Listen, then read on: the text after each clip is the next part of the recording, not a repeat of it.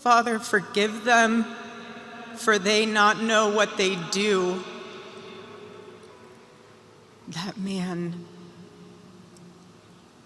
that young man, I forgive him.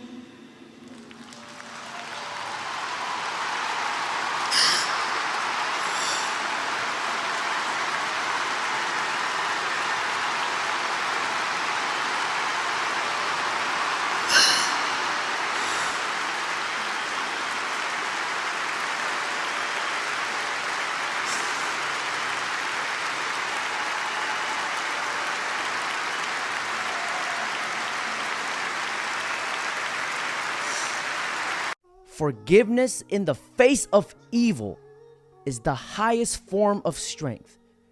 Erica's words echo straight from the cross. Father, forgive them. That's the kind of faith that shakes the gates of hell. Evil took Charlie's life, but it couldn't break his family's spirit. And may his soul rest in peace.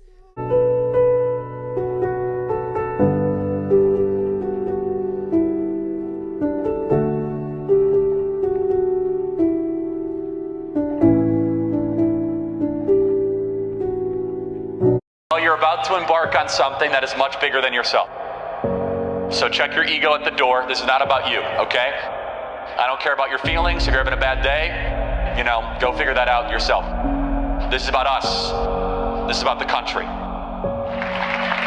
And the eyes of the whole nation are again on Turning Point. We do the best events in the movement. In fact, we do the only event. Are there any other events in the movement? No. We've got to put everyone else out of business, right? So we are the only standard of excellence. And so we hold ourselves to a higher standard. We don't do mediocre around here. We try to raise the level of excellence because we are constantly trying to push the conservative movement and the country to a place it's never been before. You guys know this. Turning Point USA is the most important organization in the country, period. Find me another organization that's been able to move millions of people the way that we have, that does the events, that does training. Nobody does what we do at Turning Point USA, but it starts with all of you guys. Why was he killed? He was killed because his words made a difference. Because he was showing people the light. And he was killed by the dark. Thank you, sir. The dark got Elon's son too. It's personal. I always hear people on the left saying we need to have more peaceful, polite, rational dialogue.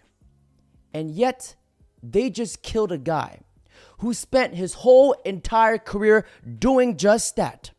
So in today's video, I want to pay tribute to Charlie Kirk, showing you guys his best, funny, and most inspirational moments. Enjoy. Slavery begins in the early 1800s. Earlier.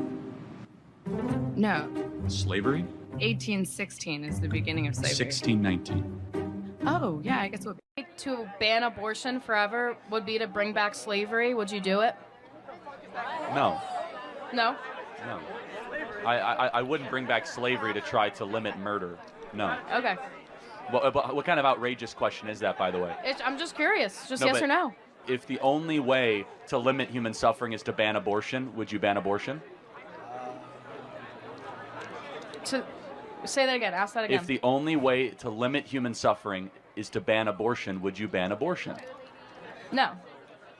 Do you feel proud of yourself for debating college kids who are unprepared to speak in front of an audience like yourself? Do you think that's a little bit silly? Are you a voter? I am a voter. I'm a registered voter. I vote and you vote. So I'm talking to voters of this country that will determine the future of Western civilization. That's what I'm doing here today. Yeah? Wait, hold on. How is it any different than a professor talking to you? Than a professor talking to you? Who are you? Well, important enough for you to come up to a microphone. What's her greatest accomplishment as vice president? Being the first female all-black president. We've never had that No, before. like, I got that, but like, what's her accomplishment that made people's lives better? I don't know. Vice presidents don't really do much, to be honest. Can you name one thing she's done that's good? No, probably not. If you look at what Trump said in March and February. Be specific. Be specific? Okay, so Trump in... Be more specific. I'm out. You, I hate you. Yeah. Would you like to have a substantive conversation or? A substitute? Yeah. A substitute? No, man. No, I just think you're an asshole. Would you like to have a conversation? Sure, absolutely. Okay. Yeah. Okay. I don't like you. I think you spread hate. I think you spread bigotry. I think you piss a lot of people off because I mean, you're just an awful person. I don't think you really want to debate because you're just here to piss people off and energize your crowd of racists. What have I ever said that's racist? Oh, what? Can you name one thing? I'm Hispanic. Can I support Charlie? Can you name Does that mean anything? Can you name a second thing I've ever said that's racist? I think you're just trying to play a game, and I think this is obviously going to be used. What in have I your ever favor, said but that's I just want to hateful? hate you. You're awful. Get off my campus. When have I ever said anything that's hateful? Have a nice day. He can't say anything I've ever said that's racist, because I've never said anything that's racist. That is the American left in one picture, everybody. Lots of rage and no wisdom. You're so hateful. I hate you. What an absolute hypocrite. To hate somebody for having a different opinion shows lack of maturity and emotional intelligence. You know, if guys like this, a disciple of the soy who is injected with estrogen, if they hate you, that's how you know you're doing something right. Things I think you can think that would conflict, obviously. I guess that's kind of my question. What advice do you have for me as a Republican aspiring social worker? Lord have mercy. We must stay focused, brothers. We must stay focused. You create a company that's like close to being a fascist, and then like. Okay. How am I? Sorry. Let's go through this. How am I a fascist? Dude, like you. Can you name one thing I believe that's fascist? You believe that like you on. Oh, shit. Don't boo. Let him think. But I'm such a bad fascist. I let the people who disagree in open mic to talk to me for 2 hours uninterrupted. Okay. I'm an awful fascist. I'm more like a free speech liberal of the 1970s, not a fascist. But I just want to say Turning Point USA is a evil company that was funded by thousands of fracking companies, and that just...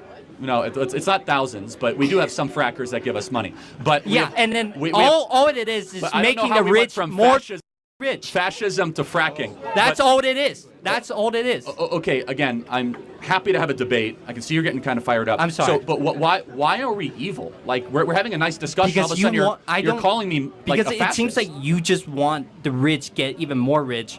Like we haven't talked about the rich at all. I mean, so you don't even know my positions on this stuff. You dropped out of college, and your highest... Community college. Sorry, your Harper College experience, Yeah, I apologize. barely was smart enough to make it through community college. Okay. What are your qualifications for arguing that college is a scam, or really having any economical knowledge at all, when likely the vast majority of the students here know more than you? Who's Milton Friedman? Who's Milton Friedman? I have no idea, and it's not important to this conversation. Same Who thing. is John Maynard Keynes? Okay, obviously I know who Keynes is. Oh, obviously, yeah. He's the most famous economist of all time. You don't know Milton Friedman? I mean, that's an economist. F.A. Hayek? I don't know who that is. You're right, I barely made it through community college because I was too busy, starting a national youth movement with hundreds of thousands of members, raising hundreds of millions of dollars, having a top 10 most popular podcast, and reaching tens of millions of people online every day. I'm a job creator, entrepreneur, autodidact. Do you know what that word means?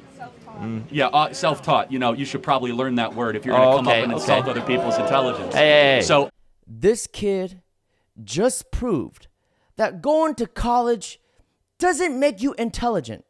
It just makes you think you are. Education does not equal intelligence. Far from it. Under no circumstance ever should a man ever let a woman pay for a date, or you should split ever. No circumstance. Even on the third, fourth, fifth. What if it's the first date and you're just not into for anything? Okay, well let me. Period. Well, let me. Okay, so what kind of world are we living in? Well, hold on a second. I agree with you. If I'm dating a girl, I would pay for everything. Everything. Yeah, everything. However, I could see for other people that might be in a different financial position, you pay for 10 dates and then she's like, you know what, I want to treat you. Well, I think that's totally different. No, what we're talking about is like, oh, we're going to alternate. Like, well, what's your serious and she wants to take you out to something for a nice dinner. And you might, by the way, if you have the intent to marry, you're already like kind of blending finances. Like, I get that psychologically. But like, if you're like, oh, we'll take turns. Like, oh, you pay this time, I pay this time. What's your advice to a girl who the guy she's currently seeing, he says that? Oh, do not marry that man. But here's the thing. I feel like they should always break up. offer. Crazy. But they should offer. They should pull out the credit card. The woman? Of course not. Just to offer. No. It's a nice gesture. No. By the way, no. This is feminism. Feminism is that you have to be this like self-independent. This is not a nice gesture. It's you trying to be like egalitarian. No. You as women should want to be provided for. In fact, you should have an expectation that you as a woman are so important and so critical and so necessary and beautiful that it shouldn't even be a question. Struggled with porn myself. Totally acknowledge it. So no one. Have you jerked off to me? Oh my God, Molly. He's thinking. I've never heard of you before. So yeah. That's the answer, because your wife is watching. That's true. I've never heard of you before. That was kind of out of pocket, Molly. Molly, I have sympathy for you. I do. You're trying to cope with the suppression of your soul. And filming yourself having sex with other men is not the highest and best use of the talents that God gave you. It's not. And that is a talent God gave me. well, it's not the highest and best use, and it's not a talent because, as I said, in my belief, that should be saved in a sacred domain. We're not going to agree on that. But I hope you change course. I think you'll be happier and more joyful, and I pray you don't have to suffer too much to realize. That wasn't a man trying to win a debate and look smarter. That was a man of God in the moment expressing sincere concern for another's soul. It's just beautiful to see. You view democracy as an American value, something that's very important to the fabric of this country? No. Where is democracy in the U.S. Constitution? Oh, okay. So are you... No, hold on. Where is the word democracy? I don't think the word democracy is in the Constitution. So where is the word democracy in any of the founding fathers? A lot of the founding fathers had extremely elitist viewpoints around who should... No, hold on. I just want to... You said the word democracy, so I want to get back to our roots. Yes. Where is democracy mentioned? I don't... In the Federalist Papers, the Constitution, or the Declaration? I think it's good that this country has moved away from things that were explicitly believed by the founding in the Federalist fathers. Papers, and it's mentioned negatively as a problem. So you ask me, is democracy a fundamental American value? I say no. Okay. Because I go back to our roots. And Hamilton, Madison, and Jay... Oh, I know that Hamilton was anti-democracy. No, well, hold on, these let me people finish. thought that people should be owned as I want to be property. clear. I am pro-representative government, okay. But I'm not pro-democracy. That's a big difference, and that distinction's important. But you asked very specifically about democracy, which is not an American value. It never has been and never should be, because what is democracy? Democracy is majority rule no matter what.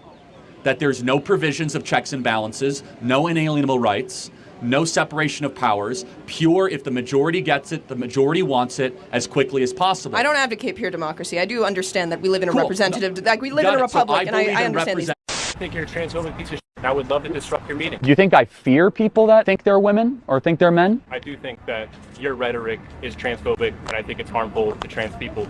And I think that you should fuck off and get off campus. Oh, okay. So I should be silenced, not allowed to speak. Is that what you do when people prove you wrong? You kick them off campus? No, I don't think that there should be any like university sanctioned thing that says Charlie Kirk can't be here. But if students are able to organize against you and kick your ass off campus, that'd be awesome. Oh, okay. You could tell a lot by who's willing to have a conversation and who's not willing. Usually the people that are the ones protesting and not talking are on the wrong side of history. Yeah, just look at the civil rights movement.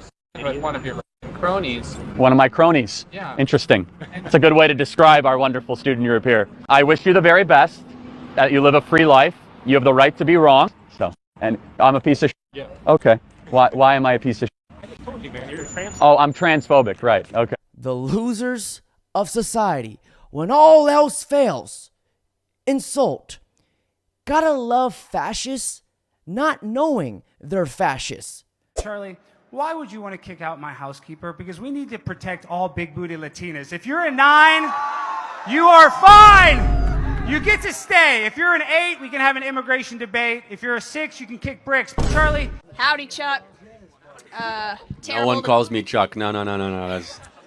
I'm doing it. Okay, bad start. I don't want this anymore. Okay.